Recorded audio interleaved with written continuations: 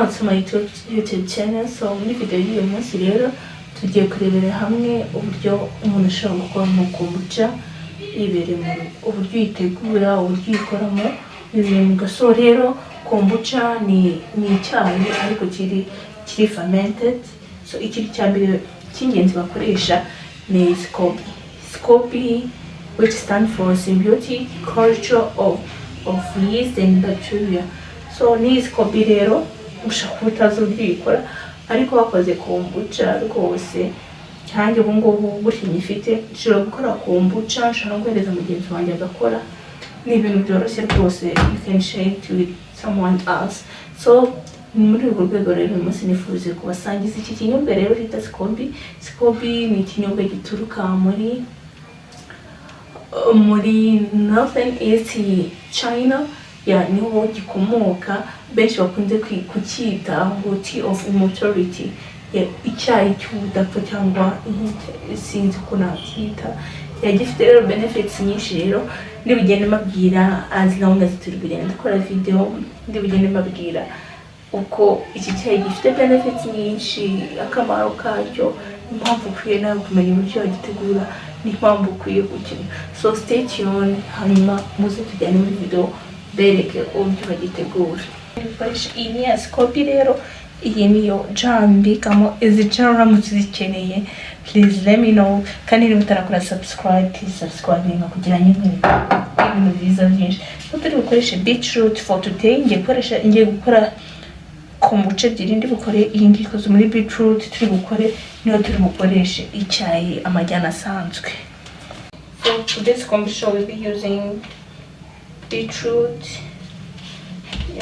Ndi bukore ebyiri, ndakoresha iya beetroot, ndi bukore n'indi y'amajyana asanzwe, icyayi gisanzwe.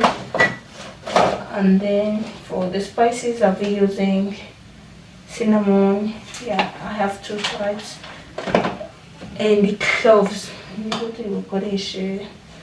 So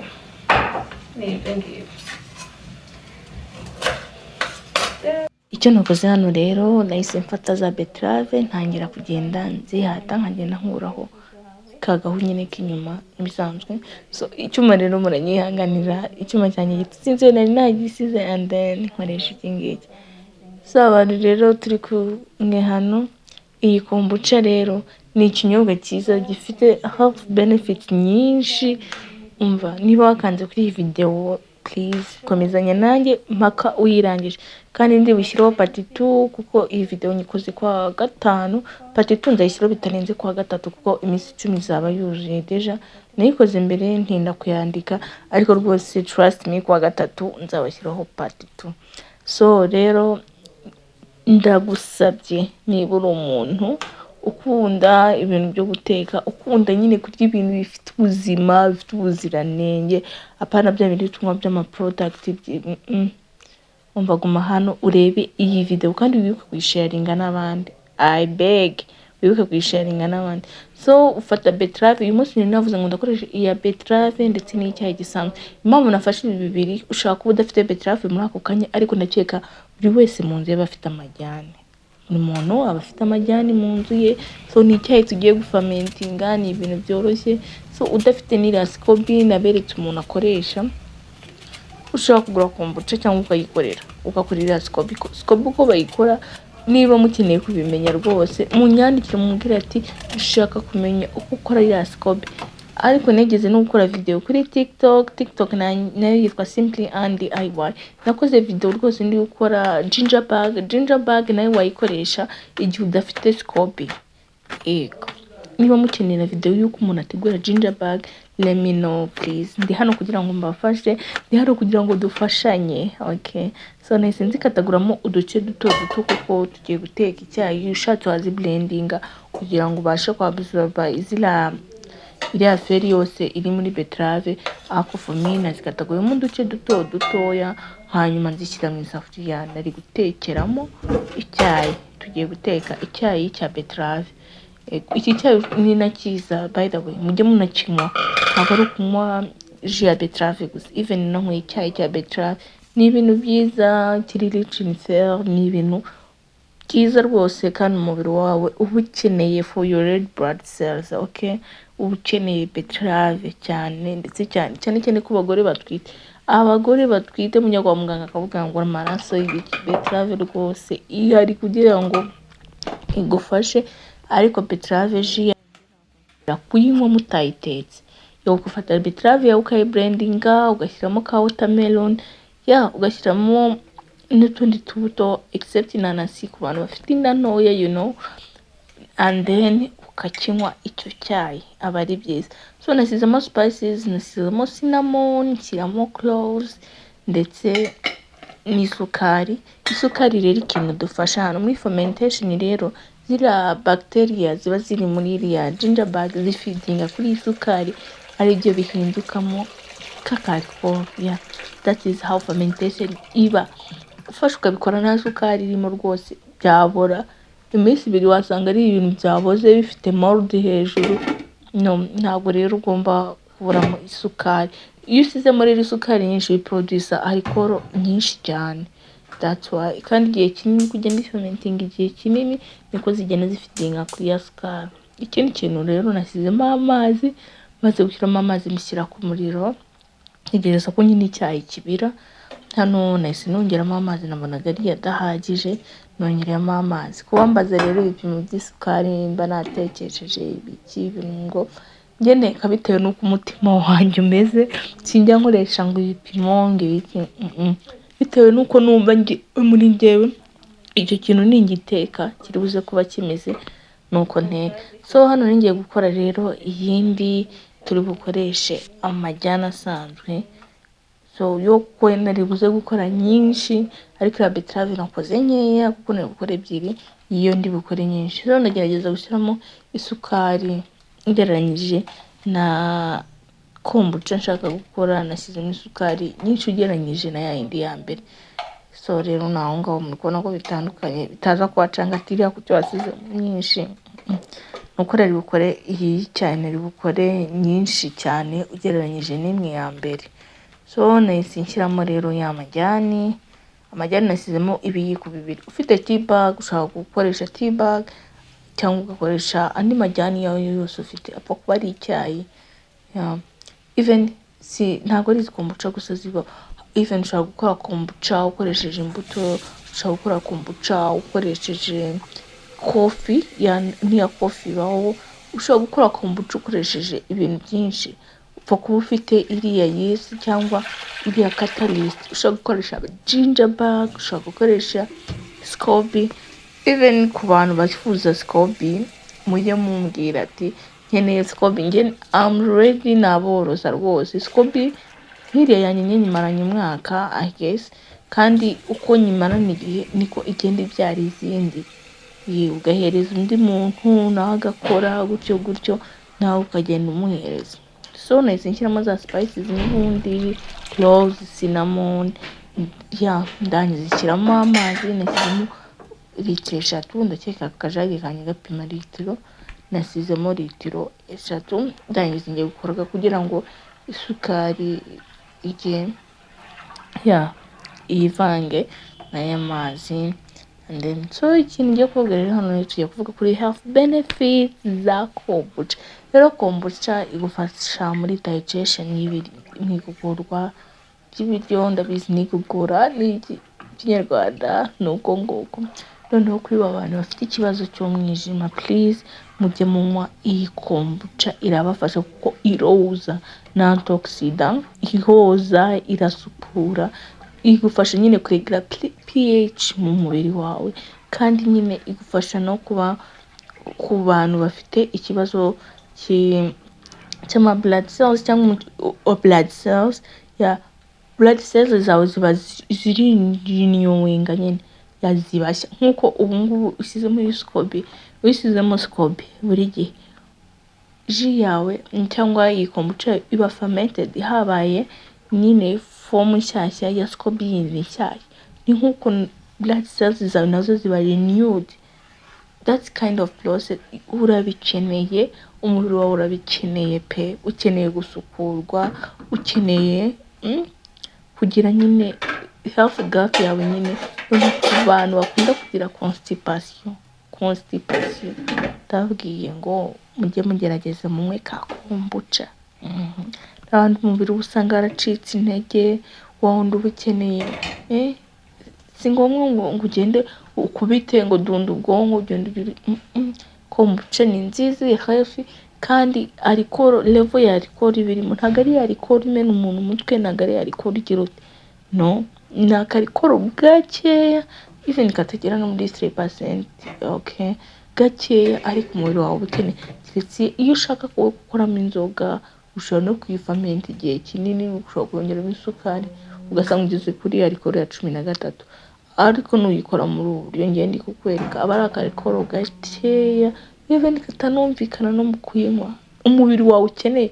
Apana bya bintu bigenda usanga umuntu yanyweye ngo vodka ifite volt ya 70 ingahe, no, icyo umubiri wawe ukeneye is this kombucha for health benefits. So rero ya indi ya mbere yari yabize rero nyikuraho nyishyira ku ruhande, noneho hita nteka iyindi kuko Kigali nini iri ngiri, so nyitereka ku ruhande ugategereza ko ihora. Iyo utategereje ko ihora rero ubwo ngubwo ushyiramo amazi kugira ngo ikonje nyine, kuko ntabwo washyiramo irasikobi igifite ubushyuhe bwo hejuru. So nyine nakoresheje aka ka thermometre ko mu gikoni niko nakoresheje, mba ngomba kureba nyine degree igezeho ubushyuhe ifite, kuko mba ngomba kuyishyiramo itari hejuru ya degree 36 ya nk'iy'umubiri wacu, nk'uko umubiri wawe uba umeze. So murabona hano rero yari kuri 90, ndi butegereze igenda imanuka mpaka igeze nko kuri 34, munsi ya 36 nibwo ndi bushyiremo ya sikobi. Yego, so iyi yindi nayo yari imaze kwera. Iki cyayi ubu ngubu kiracyari icyayi, ntabwo kiraba kombucha. Kizaba kombucha nyuma y'iminsi 10 tumaze kugifamentinga, tumaze gukora byose bisabwa, nibwo kizajya cyaba kombucha. So nahise nengera mpima cya cyayi cy'inyuma, nengera ndeba aho kigeze. Ugomba nyine kureba kuko nukora ikosa ukayishyiramo iriya sikobi yawe icyayi gishyushye urabuyishe pe, urabuyishe, uzasanga ibintu byawe byaboze, uzasanga ibintu byawe bitakiri bizima kuko wayihaye ubushyuhe buri hejuru. So hano kiri kuri 40 ndahirika n'ubunini minota mikeya, noneho hano ndengera ndapima, hano mbibona neza ko yageze kuri 34, yari kuri 34 I guess, ya 34 ya ubona ko yari munsi ya temperature nyine yari normal. Ni nk'umubiri uko umubiri wawe ushyuha naho ngaho ugomba gupimira. Udafite akangaka rero ushaka gukoresha amazi, ugashyiramo amazi nyine akonje kugira ngo ihore utaza kuza gutwika cya kinyabuzima cyawe. Sikobi rero nayo ni ikinyabuzima, sibyo tugomba kubyumvikana. So rero ku bantu bari hano, niba ushaka kuzajya biga ibintu byo kurya biri healthy, nzajya mbigisha ibintu byinshi pe. Ibyo nzi nzabibaha, ibyo nkoresha nzabibaha, kandi nyine pe muzanshimira. Icyo gusaba gusa kora subscribe, hanyuma ujye ubana nanjye ndi hano kugira ngo twigane tujyane muri uru rugendo rw'ubuzima. Even n'abantu bashaka gukora business from this thing birakora cyane, ndetse wabikora wajya ukiga ugakora. Ikiguzi nta kindi, ni gukora subscribe kugira igihe nashyizeho video rwose ntugacike. Nahise mfata fermentation jar yanjye rero. Iyi jar rero impamvu nkoresha ikirahure, kuyoza biroroha, kuyoza nyine ibi nasterije buri mba nayitetse mu mazi. Nahise mfata rero ya sikobi ya kanjye bereke ukuntu bimeze. Sikobi ni gutya bimeze, ni ikintu kimeze nka gel like, kimeze ukuntu nyine muri kukibona. Impamvu isa gutya nuko maze kuyikoresha kombucha kenshi, niyo mpamvu isa gutya. Zare ebyiri, imwe nahise nyisuka muri iyi ngiyi, ukubona ingisi ijyamo hano, indi ndaza kuyishyira muri ya indi cyayi nziko turi gukora kombucha ebyiri. So uba ugomba kuba ufite rero jar nziza. Udafite iyi jar ushobora gukoresha indobo nziza yabugenewe gukora iki kombucha, nta kindi. Kuko nukoresha ikintu gisa nabi hakagira izindi bacteria zivangamo, uzaba uri gukora uburozi. That will not be kombucha, that will be poison.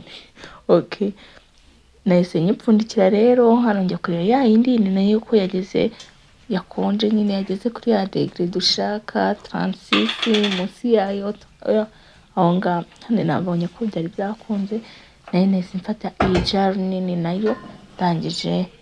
Izi jar ziraboneka ku isoko uramutse uzikeneye wambwira wambaza nkakubwira aho nazikuye nawe ukayibona rwose ziraboneka.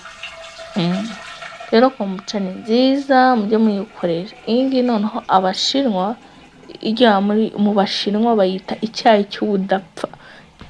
Ubudapfa, imagine ikintu bahereza iryo zina ni ukuvuga yuko ari ikintu gikora ibintu birenze, gikora ibintu twakita nk'amaji, kirarinewinga, kirema uturemangingo dushyashya, za seli zashaje zikongera umva, kandi gitera imbaraga. N'urungiyo nk'iyi kombucha mu gitondo bafite imbaraga bameze neza. Njye nicyo kinyobwa sinkwa alcohol izi zangwe ngo byeri ngoki even na bino by'amaji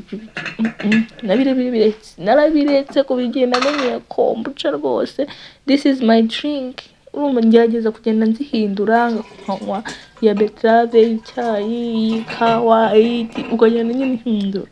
Okay, so nayo nahise nshyiramo rero ya kombucha, nashyizemo ya scoby nayo kugira dukore kombucha ndangije. So kuri jar rero murabona ko yo umufuniko wayo ni umufuniko usanzwe ntabwo umeze nk'iyi ngiyi. Izi ngizi zo zituma nyine ibintu ushyizemo bifamentinga bikomeka. So that's why same as this one. Metaka ko umufuniko we nta kibazo ufite. Kano kananika air what sinzi ukuntu bakita ntago bihuye n'uyu nguyu. So uyu nguyu wende bikoreshe gufata akenda gasa neza. Ushobora gukoresha eswiti, ushobora gukoresha akenda gasa neza. So niko ndi gushyiraho hano hejuru, and then with the timbo, and then you're rubbing it like this.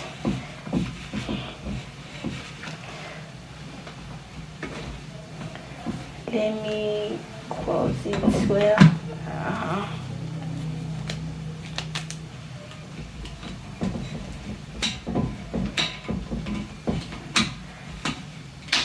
Like this. So tugiye kuzitereka rero ahantu izuba ritabasha kugera, hatagira urumuri rw'izuba. Tugiye kuzifamentinga iminsi 10. After 10 days our kombucha will be ready. You can make it, ushobora kongeraho indi minsi ugakora secondary fermentation, but for me I like to have my kombucha after 10 days. So abantu twabanye rero muri iyi video, mwakoze cyane. Kandi n'utarakora subscribe to my YouTube channel, so ujye ubasha kubona ibintu byinshi byiza bigiye bitandukanye. So niba ubashije kugera hano video, thank you for watching kandi ndabakunda cyane. So ngiye kuzibika rero iminsi 10. Ngiye nkunda kunywa kombucha yanjye nyuma y'iminsi 10 kuzamura, ariko nyine ibimeze neza. Hari n'ushaka agayifermenting igihe kirekire bitewe nuko ashaka ko alcohol yiyongera, but for me I like to have it at least 10 days. 10 days is enough for me. So ngiye kuzibika rero ahantu hatagera izuba, hatagera urumuri rw'izuba, hatanashyushye cyane. So nuko nguko muraza kuza kureba igice cya kabiri nzagishyiraho after 10 days. So thank you for watching, and remember to subscribe to my YouTube channel. Bye.